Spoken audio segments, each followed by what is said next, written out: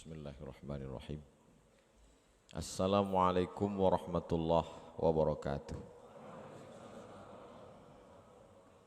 Dari bunyi sambutan salamnya kelihatannya semuanya sedang puasa. Alhamdulillah. Allahumma salli ala Sayyidina Muhammad wa ala ali Sayyidina Muhammad. Syekh Muhammad Utsman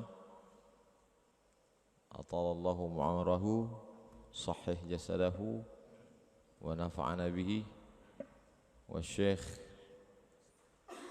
Islam mata'ana bihusni saltihi wa tilawatihi hadha sabah al-mubarak.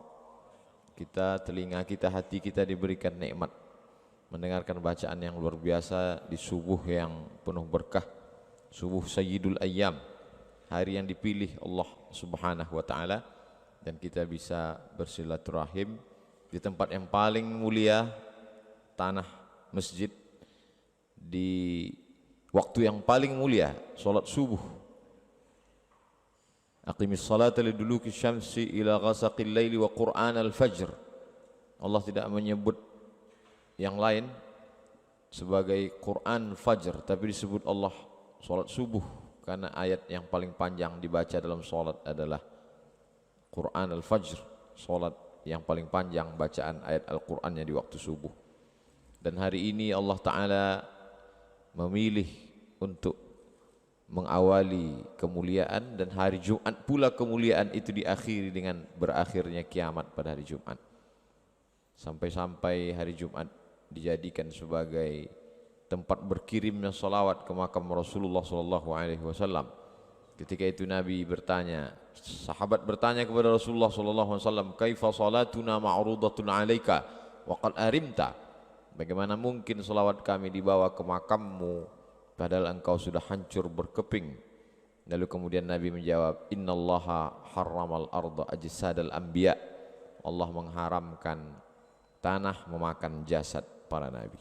Mudah-mudahan silaturahim kita ini membuat kita selalu istiqamah dalam iman dan Islam, dan bersama Rasulullah SAW dalam surga Jannatul Firdaus insyaallah. Pada kesempatan yang baik dan mulia ini ada beberapa hal yang ingin saya sampaikan. Yang pertama, seperti ayat yang dibacakan oleh imam kita tadi, innama amruhu idza arada syai'an ay yaqula lahu kun fayakun. Termasuklah pertemuan kita subuh ini adalah jadwal kun fayakun yang tidak terjadwal sebelumnya. Berapa banyak kita berkeinginan tapi Allah tidak ingin, maka tidak terjadi. Ana urid, huwa yurid, hiya turid, wallah fa'alul lima yurid. Tapi ketika Allah Ta'ala mau, yamsaskallahu bidurrim fala kashifa lahu iyyahu. Kalau engkau ditimpa suatu kesulitan, kesusahan, tidak ada yang bisa menyingkapkan yang darimu kecuali Allah Subhanahu wa taala. Wa yuridka bi khairin fala radda li fadlih. Tapi kalau Allah ingin memberikan suatu kebaikan, tak pula ada yang bisa menolaknya, baik itu dari kalangan jin maupun manusia. Itu yang kita katakan setiap selesai salat, la mani'a lima a'taita wa la mu'tiya lima mana'ta. La mani'a, tidak ada satupun yang bisa menjadi penghalang atas apa yang engkau ingin berikan. Wala mu'tiya, tidak pula ada yang bisa satupun yang memberikan atas apapun yang ditahan oleh Allah Subhanahu wa taala. Buktinya subuh ini berapa banyak jadwal saya batal yang baleho bannernya sudah siap karena tidak dapat izin. Subuh ini bisa karena memang tidak pakai izin. Ustaz Abdul Somad ngapain datang? Salat Jumat. Sama seperti saya menyampaikan khutbah Jumat, tidak perlu izin. Makanya saya dibuat di atas mimbar salat Jumat. Kita memang tidak ada membuat baliho, takbir akbar dan selain, hanya sekedar pertemuan silaturahim di masjid, di rumah Allah Subhanahu wa taala. Poin pertama yang ingin saya sampaikan bahwa dalam hidup ini banyak sekali hal-hal yang diberikan Allah Subhanahu wa taala kepada kita, seperti yang diceritakan pada kisah Nabi Musa alaihissalam. Musa alaihissalam adalah contoh model kun fayakun. Ketika semua anak-anak dirazia yuzabbihuna abna'akum wa yastahyuna nisa'akum. Anak laki-laki semuanya sembelih. Tidak ada satupun yang bisa terselamat dari penyembelihan Fir'aun. Razia yang dilakukan oleh penguasa terbesar dunia. Sampai-sampai 1 dari 7 keajaiban dunia mengabadikan makam kubur tempat mumi mereka sampai hari ini. Sampai-sampai satu-satunya raja yang jenazahnya masih utuh hidup sampai saat ini masih ada di Tahrir Square Museum di samping Sungai Nil. Siapa saja adik-adik yang nanti pergi ke Mesir, silakan kalau mau bertemu dengan Fir'aun. Tidak terlalu sulit untuk mengurus surat izinnya, dapat visa, pergi ke Kairo, dari Kairo naik taksi ke Tahrir Square, sampai di sana masuk ke dalam, naik ke atas, ada satu ruang khusus untuk dia. Ketika saya sampai di depan pintu, bergetar badan saya mau masuk ke dalam karena melihat tiketnya mesti beli lagi. Ternyata tiket yang di bawah nggak cukup, sudah mahal, mau dipoto nggak boleh karena cahaya blitz boleh merusak, bisa merusak kulit mumi katanya, maka dibiarkan saja begitu. Nah, itu juga nanti maksudnya kita jangan foto pakai blitz. Mata anak kecil juga yakadul barqu yakhtafu absarahum, kilat akan menyambar mata. Kilat bisa menyambar mata anak kecil disebabkan blitz, merusak kornea mata. Lalu kemudian Allah Subhanahu wa taala ingin memberikan kun fayakunnya. Wa auhayna ila ummi Musa an ardi'ih, wahai ibu Musa, susukan anakmu. Fa in khifti alaihi, kalau kau takut anakmu ini nanti akan disembelih oleh tentara Fir'aun, la takhafi, jangan kau takut, wala tahzani, jangan kau sedih. Orang akan stres menghadapi perjalanan hidup ketika 2 penyakit hinggap dalam dirinya, terlalu takut dan terlalu sedih. Ini penyakit orang sekarang. Terlalu takut nanti anak cucunya tidak makan, akhirnya dia korupsi. Terlalu takut nanti akan terjadi begini-begini, akhirnya dia curang dalam dagang bisnisnya. Terlalu takut dan kemudian terlalu sedih, akhirnya depresi, stres. Kalau langsung mati nggak apa-apa, ini setengah mati, menyusahkan orang hidup. Na'udzubillah. Lalu kemudian Allah SWT mau menunjukkan kun fayakunnya, lalu kemudian dihanyutkanlah anak kecil itu di Sungai Nil. Kita tahu dari acara televisi parabola yang bercerita tentang hewan-hewan itu, katanya singa itu adalah sampai-sampai the Lion King, raja. Singa dianggap sebagai raja belantara hutan. Tapi ketika kita tonton di TV, singa tidak ada apa-apanya dibanding dengan kuda Nil. Betapa kuda Nil dengan enaknya saja menangkap kepala singa dan dicampakkannya. Ustaz tahu dari mana? Ada yang ngirim videonya ke saya. Sungai Nil yang dipenuhi dengan binatang buas yang luar biasa itu tidak dapat memudaratkan bayi kecil yang dihanyutkan Allah Subhanahu wa taala karena ada rencana skenario Allah Subhanahu wa taala. Yang menghanyutkannya seorang perempuan. Asbaha fuadu ummi Musa farigha. Setelah anak itu dia hanyutkan, hatinya kosong. Menurut ahli tafsir, hatinya kosong, tidak ada memikirkan apapun, yang ada hanya Musa saja dalam hatinya. Lalu kemudian anak yang dihanyutkan itu tahu di mana lokasi tempatnya. Bukan karena dipasang tidak dipasang alarm, tidak dipasang remote control, tapi ada seorang anak perempuan kakak Nabi Musa yang mengamati kemana ini akan hanyut, dan yang menyambutnya juga adalah seorang perempuan. Kenapa perempuan? Kenapa bukan laki-laki? Karena saat itu berhadapan dengan laki-laki yang gagah perkasa. Kalau yang melawannya juga laki-laki itu biasa, tapi ketika yang melawannya adalah perempuan, disitulah nampak kun fayakun Allah Subhanahu wa ta'ala. Di sana di tepi Sungai Nil ada seorang perempuan yang lama merindukan seorang anak. Allah ingin dia punya anak tidak dari rahimnya. Kalau ada seorang perempuan punya anak lahir dari rahimnya lewat proses pernikahan, itu biasa. Tapi ini anak tidak lahir dari rahimnya, tapi lahir dari rahim seorang perempuan yang lain dan dia menyelamatkannya. Perempuan itu diabadikan doanya dalam Quran. Imra'atu Fir'aun idh qalat, ketika dia berkata, Rabbi ibnili indaka baitan fil jannah, bangunkan untukku satu rumah di dalam surga, wa najjini min fir'auna wa amalihi wa najjini minal qaumiz zalimin. Perempuan itu bernama Asiyah.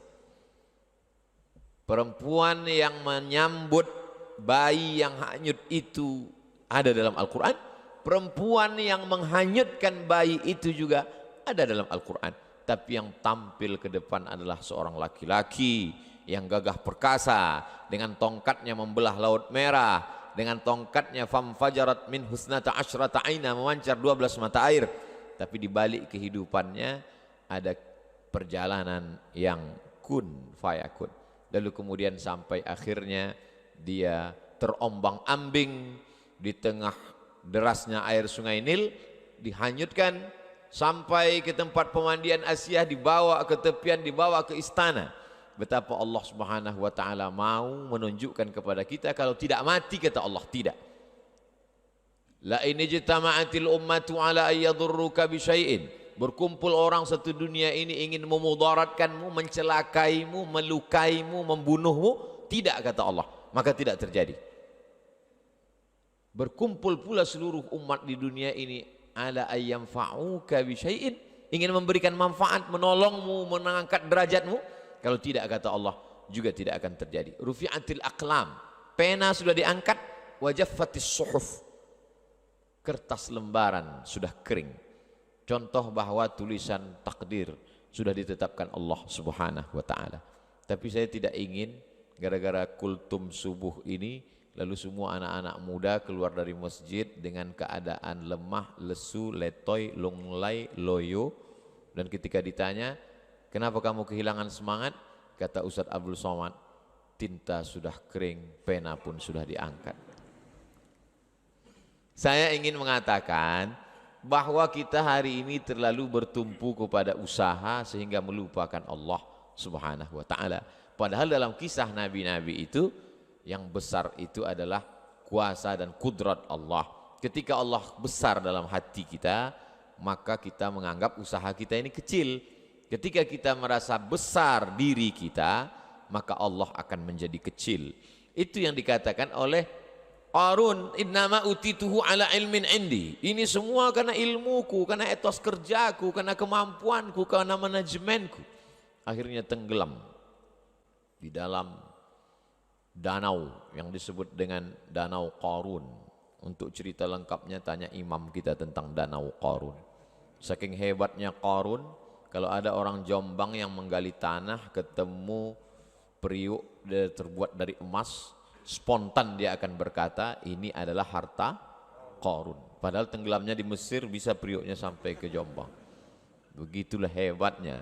Tapi walaupun begitu hebatnya, belum pernah saya sepanjang ceramah ketemu jamaah kenalkan Pak Ustadz, nama saya Qarun. Belum. Allah Subhanahu wa taala banyak bercerita tentang kun fayakunnya. Kalau dulu ada air yang bisa menyelamatkan anak kecil dari razia Fir'aun, dari tenggelamnya di laut sungai Nil, lalu kemudian air yang lemah lembut itu bisa menenggelamkan Fir'aun. Air yang sama. Air yang sama yang dulu menyelamatkan bayi yang dihanyutkan ibunya ketika tidak ada satupun yang bisa melindunginya. Air yang sama menenggelamkan Fir'aun. Allah ingin menunjukkan kun fayakunnya. Air itu juga, padahal airnya sama. Betapa dalam kehidupan ini kita ingin meminta air yang lain. Padahal sebetulnya kalau Allah mau, Allah merubahnya dengan kuasanya. Innama amruhu idza arada syai'an ayaqula lahu kun fayakun. Walillahil asmaul husna. Allah punya nama yang bagus-bagus. Fad'uhu biha. Panggillah dia, serulah dia, mohonlah kepada dia. Saya kalau dalam berdoa tetap saya sebut itu, ya Rahman, ya Rahim, ya Dzal Jalali wal Ikram, ya Fa'alul lima yurid, ya man qadha amran innama yaqulu lahu kun fayakun. Ya man quwwatuhu bainal kafi wan nun. Wahai engkau yang kuasanya, yang kudrat iradatnya antara kaf dan nun, kekuasaan Engkau ya Allah. Maka begitulah Allah mengajarkan kita. Kalau kita bersandar kepada diri kita, ketika diri kita ini lemah maka hancurlah, tumbanglah. Tapi kalau kita bersandar pada kuasa Allah, saat tangan kita angkat dan mulut berkata Allahu Akbar, di situ ada kekuatan yang besar, yang luar biasa. Ketika semua manusia mengatakan dia akan mati, dia akan tenggelam, dia akan disembelih, dia akan tertelan air, tapi tidak, kata Allah. Ketika semua mengatakan dia akan selamat, bala tentaranya banyak, dia adalah Fir'aun, dia akan selamat melewati Laut Merah, tapi kata Allah tidak, maka dia tenggelam. Dan itu diabadikan. Al-yauma, hari ini, nunajjika, kami selamatkan engkau, bibadanika, dengan badanmu. Ini ayat pernah dikritik orang liberal. Kata dia, kalau dikatakan bahwa Fir'aun itu diselamatkan jasadnya, maka seluruh mumi itu juga jasadnya selamat. Seluruh mumi ketika digali gunung batu-batu besar, itu jasadnya selamat. Lalu apa keistimewaan Fir'aun? Dari mana orang bisa membedakan ini Fir'aun yang mengejar Musa dengan ini Fir'aun yang dijadikan raja-raja mumi itu? Mana perbedaannya? Ternyata Allah ingin menunjukkan ketika ada seorang pakar mumi diperiksa, ternyata di dalam paru-paru satu mumi ini ditemukan garam. Garam tidak akan mungkin bisa masuk ke paru-paru kita, karena paru-paru itu hanya dipakai untuk bernafas. Makanya kalau ada orang minum sambil ngobrol dan mungkin masuk setetes dalam paru-parunya, dia akan tersedak dan bersin, dia akan terbatuk. Kenapa begitu? Karena paru-paru mesti bersih, tidak ada unsur apapun. Lalu kenapa satu mumi ini ketika diperiksa paru-parunya ada garam? Karena inilah orang yang garam masuk ke dalam paru-parunya. Kapan itu? Adrakahul gharaqu. Adrakahul gharaqu, ketika dia tenggelam di Laut Merah dan masuk garam itu ke dalam paru-parunya. Tidak ada yang paling sakit daripada sakitnya masuknya air garam ke dalam paru-paru. Kalau mau coba, nanti pas buka puasa, masukkan air garam ke paru-paru melalui hidung. Sakit yang luar biasa. Kematian itu sakit, tapi cara kematian yang menyakitkan diberikan Allah pada orang-orang yang luar biasa. Ada yang matinya hanya dengan nyamuk yang masuk ke dalam lubang hidung lalu menjalar ke atas menggigit otaknya. Ketika diambil martil, dia pukulkan ke kepalanya, dihantukkan ke dindingnya, mati 400 tahun. Namruz, cara-cara mati yang luar biasa, yang mengerikan. Maka ketika saya ceramahkan tentang nyamuk masuk ke otak, segera orang pulang beli anti nyamuk, takut masuk nyamuk ke otak. Padahal itu sebenarnya cara Allah. Allah ingin tunjukkan innama amruhu idza arada syai'an ayyaqula lahu kun fayakun. Yang payah menyimpulkan tausiah kultum saya subuh ini, ceritanya kemana-mana, mudah aja. Nanti kalau pulang ada yang nanya, kenapa Mas Bu lama pulang dari masjid? Ada Ustadz Somad tadi kultum, apa isinya? Kun fayakun. Allah Subhanahu wa ta'ala dari mulai cara menyelamatkan orang, dari mulai cara mematikan orang, dari cara mulai mengabadikan orang dengan yang istimewa, yang luar biasa. Kenapa? Karena dia memang luar biasa, maka hasil-hasil karyanya juga luar biasa. Fa'tabiru, ambillah i'tibar, pelajaran, faqsusil qasasa, ceritakan kisah-kisah itu ya Muhammad sallallahu alaihi wasallam. La'allahum yatafakkarun, mudah-mudahan mereka berpikir. Kalau lampu ini mati, kita cukup pencet stop kontak, dia akan hidup. Kalau AC ini mati, kita cukup ambil remote control, on, dia akan hidup. Tapi mengonkan otak ini adalah dengan kisah-kisah. Apalagi sekarang banyak orang otaknya tidak berfungsi karena sudah dihabiskan oleh handphone ini. Luar biasa. Maka satu-satunya lagi tinggal cara untuk mengaktifkan pikiran orang adalah dengan bercerita melalui mimbar sholat Jumat. Karena di dalam sholat Jumat, siapa yang man la'ibal hasa faqad la, siapa yang main-main batu kecil maka sungguh dia sudah melakukan perbuatan lagha, wa man lagha fala jum'atalah, maka tidak sah Jumatnya. Waktu itu Masjid Nabawi itu lantainya masih pasir. Jadi ketika sholat ada orang main-main batu. Ada batu di bawah, asa batu-batu kecil. Maka kata Nabi, siapa yang main-main batu maka sia-sia. Dulu orang main batu, sekarang orang di masjid main batu juga, lihat-lihat batu cincin. Mohon maaf yang punya batu cincin. Sia-sia. Orang tidak akan mungkin main handphone saat khutbah Jumat.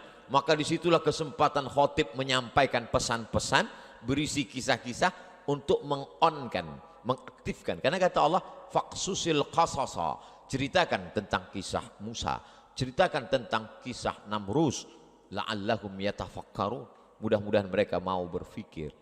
Orang memfungsikan kaki, buktinya jalanlah 10.000 langkah sehari supaya Anda selamat dari osteoporosis. Orang memfungsikan mata, buktinya apa? Dokter mata, spesialis mata sampai S1, S2, S3. Orang memfungsikan jantung, buktinya apa? Ada satu rumah sakit khusus, rumah sakit jantung. Tapi untuk memfungsikan akal pikiran, maka dengan cerita kisah dalam Al-Quran, bahkan ada orang barat yang bukunya isinya hanya cerita aja, kisah aja. A cup chicken soup for the soul. A cup, satu mangkok chicken soup, sup ayam for the soul, tapi bukan untuk perut. Satu mangkok sup ayam untuk jiwa. Jiwa tidak makan sup ayam, tapi ada satu mangkok ternyata isinya cerita saja. Betapa orang mendengar cerita, dia ingin berpikir dan dia sendiri menemukan solusinya. Saya menemukan buku itu ketika bongkar-bongkar lemari saat saya kelas 2 SMP Sanawiyah. Sampulnya warna hijau, tulisannya warna kuning. Baca, banyak kisah, cuman yang ingat hanya beberapa. Ada seorang guru, baca berita ada iklan penawaran NASA, Badan Antariksa Amerika, akan menyeleksi orang yang akan naik ke bulan. Seleksi 3.000, dia lulus. Dari 3.000 orang menjadi 300, dia lulus juga. Dari 300 menjadi 30, dia lulus juga. Dari 30 hanya beberapa orang yang akan naik kapal bolak-balik antariksa naik ke bulan. Tidak lulus. Stres, depresi, malu, putus asa. Akhirnya dia nonton TV di rumah tentang keberangkatan pesawat bolak-balik akan ke bulan. Begitu dia tonton, makin stres, makin depresi. Andai aku berada di kapal itu, andai nama aku tertulis di koran, andai. Begitu pesawat itu mulai, dalam hitungan detik, 1, 2, 3, 4, belum sampai 1 menit, tiba-tiba pesawat itu meledak, meletup, hancur berkeping. Di saat itu juga dia berterima kasih kepada Tuhan, untung aku nggak lulus. Andai saja lulus di situ. Padahal berapa detik yang lalu dia berkata, mengapa aku tidak di sana? Mengapa aku tidak lulus? Belum lagi berakhir menit itu, di saat itu juga dia berkata, untung saja aku tidak lulus. Betapa kita menilai hidup ini menurut pandangan kita. Padahal ada yang lebih indah menurut rencana Allah Subhanahu wa taala, tapi dengan cara mengikuti kehendak Allah.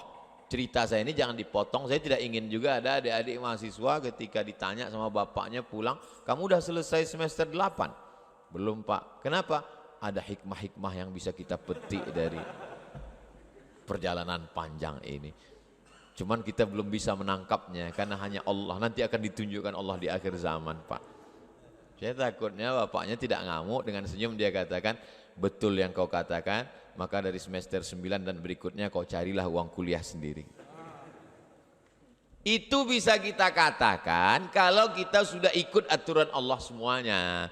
Dari A sampai Z kita sudah ikut, tiba-tiba terjadi di luar rencana kita, baru kita katakan ini adalah rencana Allah Subhanahu wa taala. Kun fayakun membuat kita menjadi kuat. Tidak ada putus asa bagi orang yang meyakini kun fayakun. Sekarang diundang motivator untuk ceramah ke hotel, membangkitkan semangat. Dihidupkanlah screen, matikan lampu, audio visual, semangat untuk membangkitkan. Tapi begitu acara selesai, lampu hidup, screen mati, semangat pun mati juga. Kenapa? Karena dia datangnya dari ekstern, dari luar. Tidak bisa. Semangat hidup bangkit dari dalam. Semangat hidup apa? Semangat hidup kun fayakun. Di saat tidak ada tempat bergantung,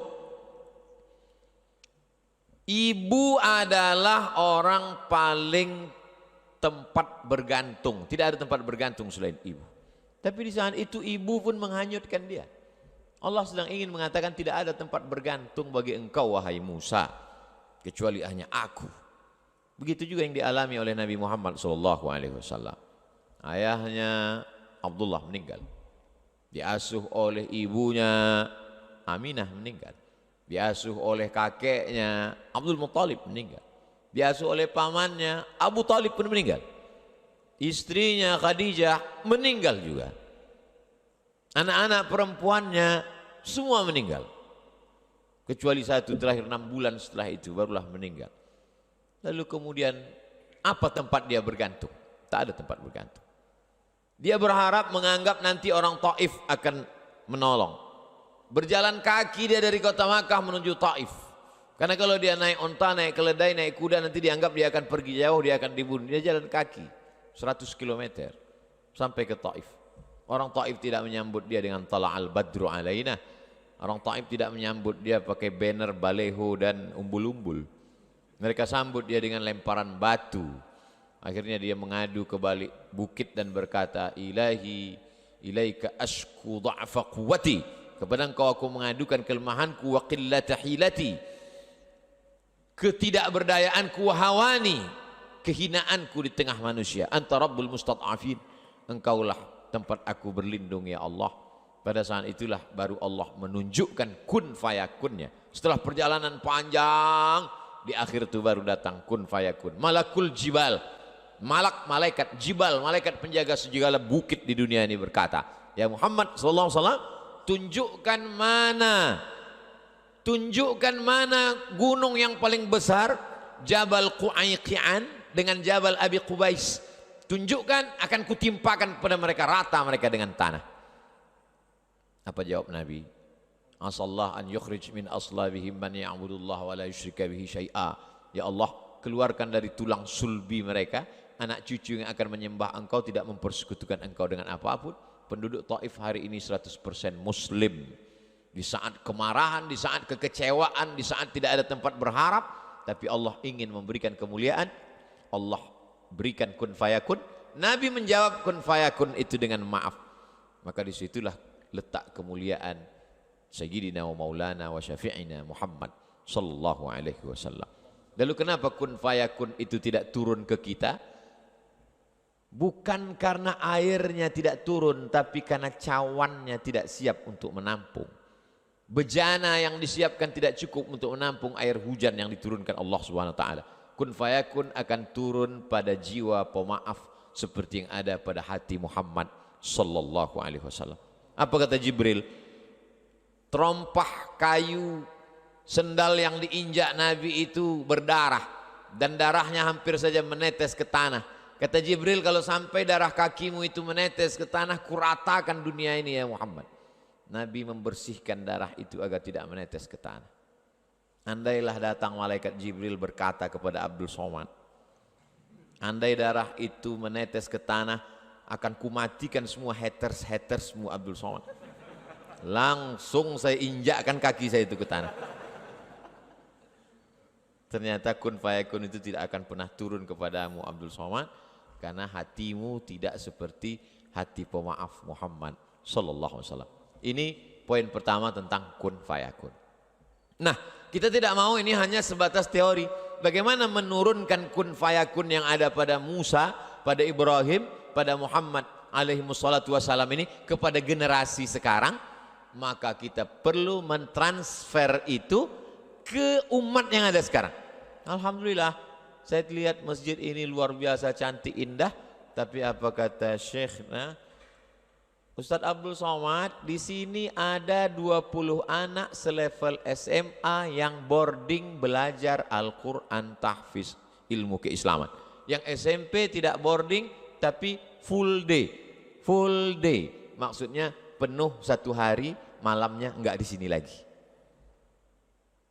Inilah cara kita untuk mengembalikan lagi kun fayakun yang pernah ada mampir di dalam hati Musa, yang pernah bersemayam di dalam hati Ibrahim, kita tarik lagi ke hati umat yang ada sekarang melalui lewat pendidikan Islam.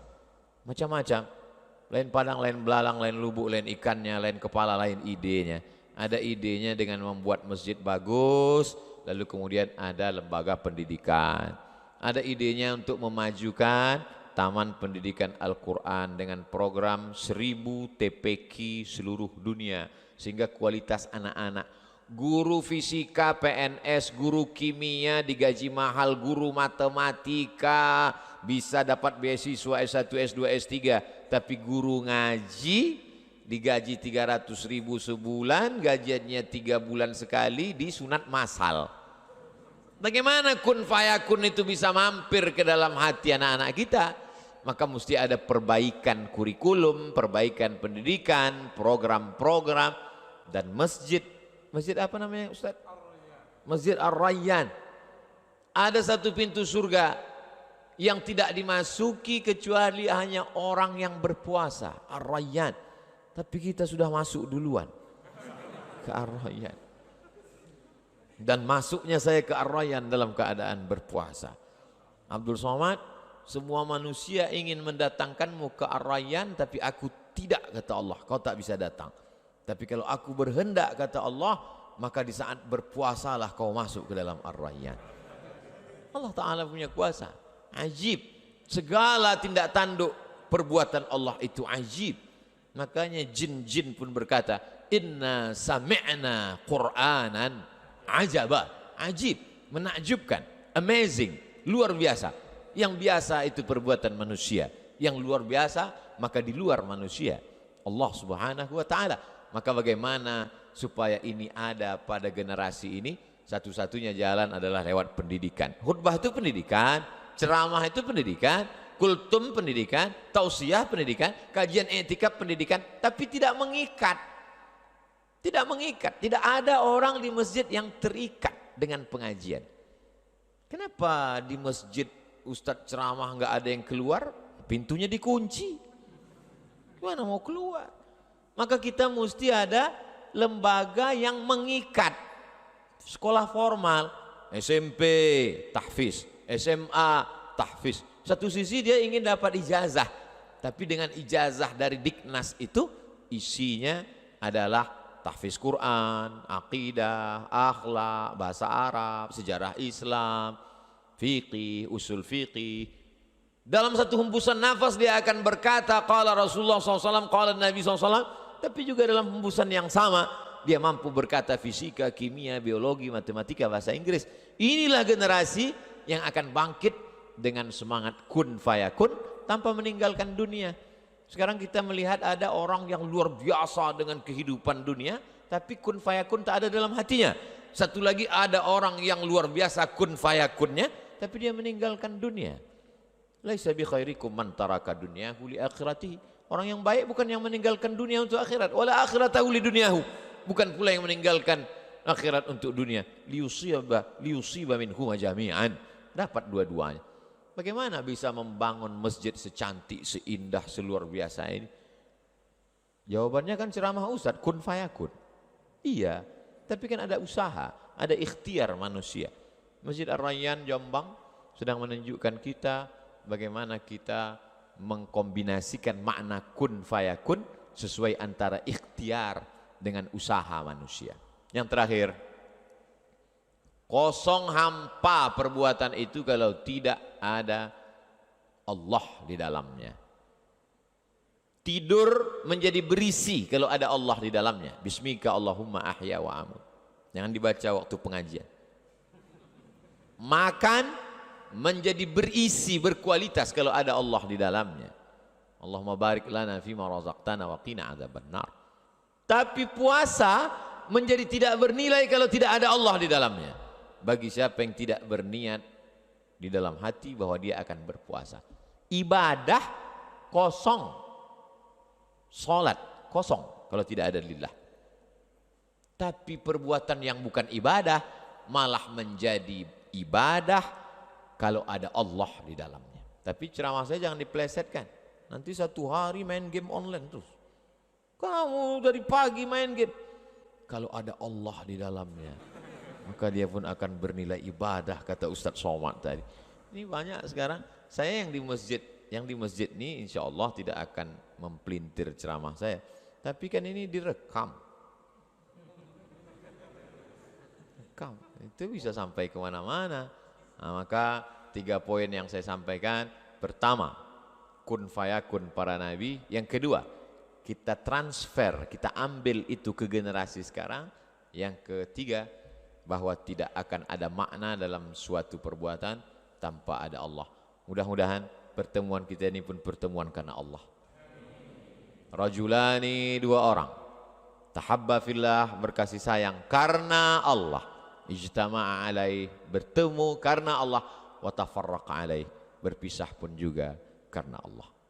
Saya akan melanjutkan perjalanan ke Pulau Bangka Belitung, setelah itu ke Palembang, setelah itu ke Riau, setelah itu baru balik ke Jombang lagi. Terima kasih, jazakumullah khairan, barakallahu fikum. Mudah-mudahan Allah senantiasa menjaga hati kita. Terima kasih. Wassalamualaikum warahmatullahi wabarakatuh.